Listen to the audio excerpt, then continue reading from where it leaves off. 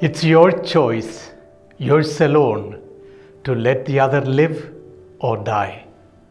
The future of the humanity is a choice between life and death. मूलं समीक्ष्य यत्र गम्यताम् सर्वेषां मार्गं तथैव प्रवृत्तिः मूलं समीक्ष्य यत्र गम्यताम् सर्वेषां मार्गं तथैव प्रवृत्तिः. Sisters and brothers, a very hearty welcome to each one of you to the third Sunday of Lent. There's a beautiful incident narrated about the encounter between a little boy and a Zen master. The little boy came to this master and he held both his palms together. Looking into the eyes of the master, he told, "See my palms. I have closed it together. There's a bird inside my palms. Tell me now whether this bird is dead or alive."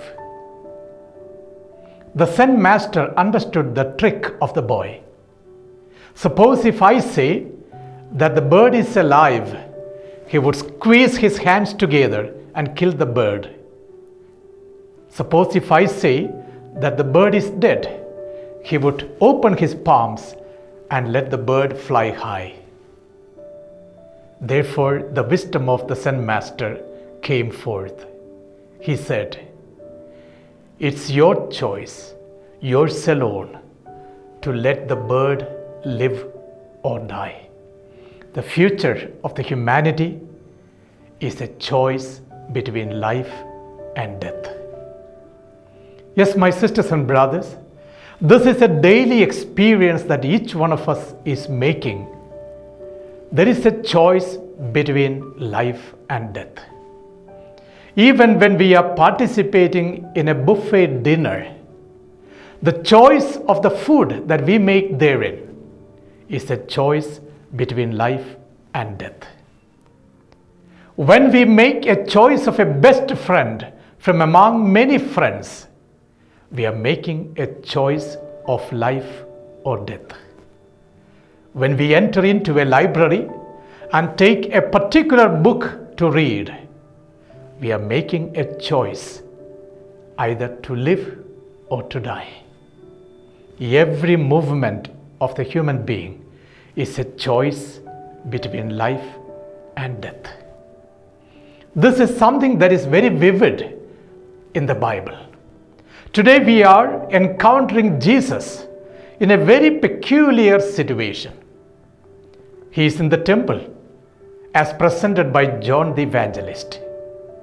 There, he is not in his normal encounter with the people. Instead, he is in a very angry mood. It's very rarely that we see Jesus getting angry in the public. Of course, there are incidents which are mentioned in the Bible where Jesus got angry. For example, if we take the Gospel of Mark chapter 3 verse 5, there we find that Jesus looked at the people very angrily and he was very astonished and astounded that they were with their hard heart.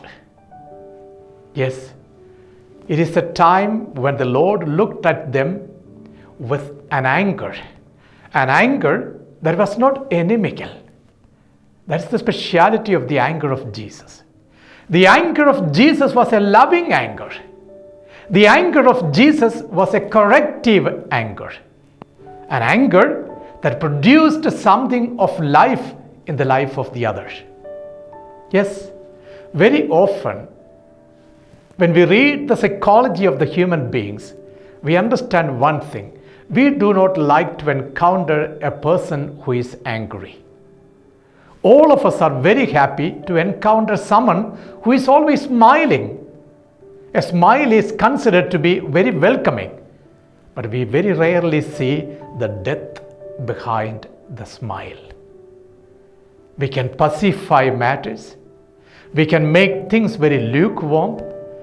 We can say that, okay, you do whatever you want, but at the same time, a corrective, loving, non-enemical anger, as in the case of Jesus, is something that creates life.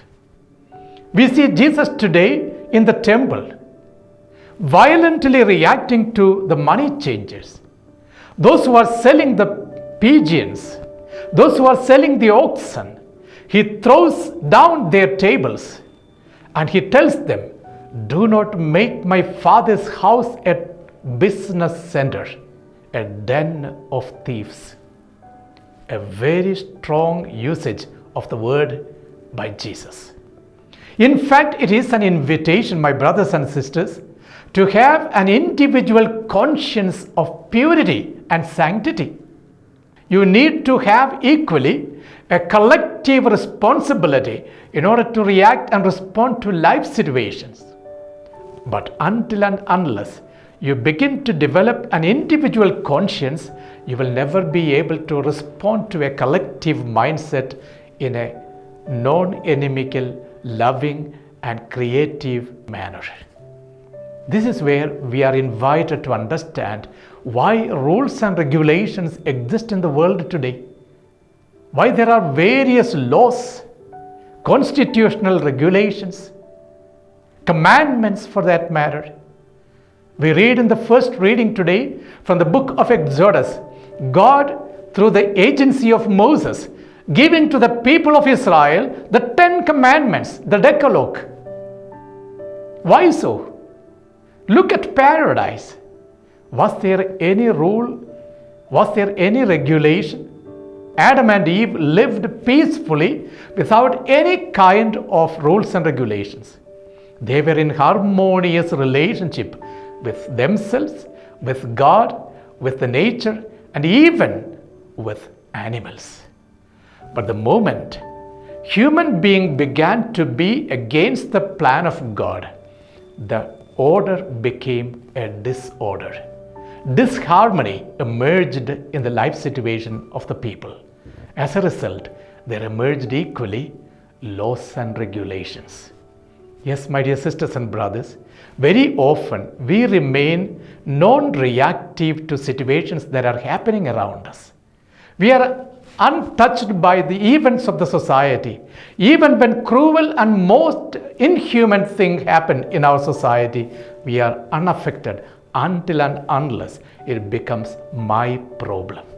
And that's where a collective responsibility is necessary through an individual conscience, as in the case of Jesus. You all might have heard about that famous psychological maxim, Stockholm Syndrome. This particular statement or maxim emerged from the context of a bank robbery in a place called Stockholm in Sweden. The terrorists who attacked the bank employees and captured the bank employees and now making them hostage, kept them under house imprisonment for a long time. To that extent, these hostages now become friends of these terrorists. Some of the women in the group, among the hostages, fell in love with the terrorists. The men among them began to drink tea and coffee with them. They began to play cards with them. Finally, when the army came to rescue these hostages, they all stood firm and said in public, "Do not attack them.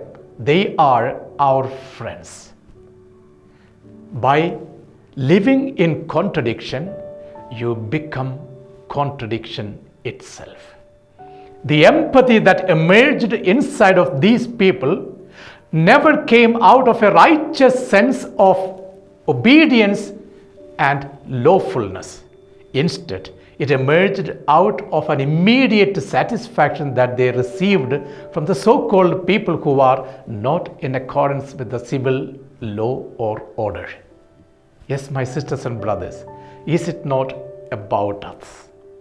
When Jesus speaks about that cleansing of the temple and the necessity of an inner purity, Today, St. Paul, in the second reading from the first letter to the Corinthians, brings home to us a wonderful message. Remember always, the foolishness of God is wiser than the wisdom of the human beings. The weakness of God is stronger than the strength of the human beings. And when God tells us something, there is something different in it. That's why the statement of Jesus becomes very important for us. Do not make my Father's house a den of thieves. You are welcome, my sisters and brothers, to check your inner conscience.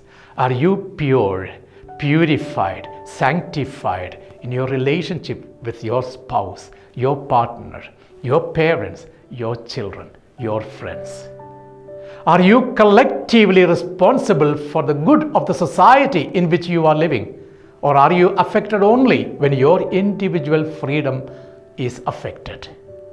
Are you able to stand firm today and dissociate business from the sphere of God? Yes, we need to emerge from a death mindset to a life-giving attitude of Christendom. You are welcome, my sisters and brothers, on this third Sunday of Lent to choose between life and death. Amen. मूलं समीक्ष्य यत्र गम्यताः सर्वेषां मार्गं तथैव प्रवृत्तिः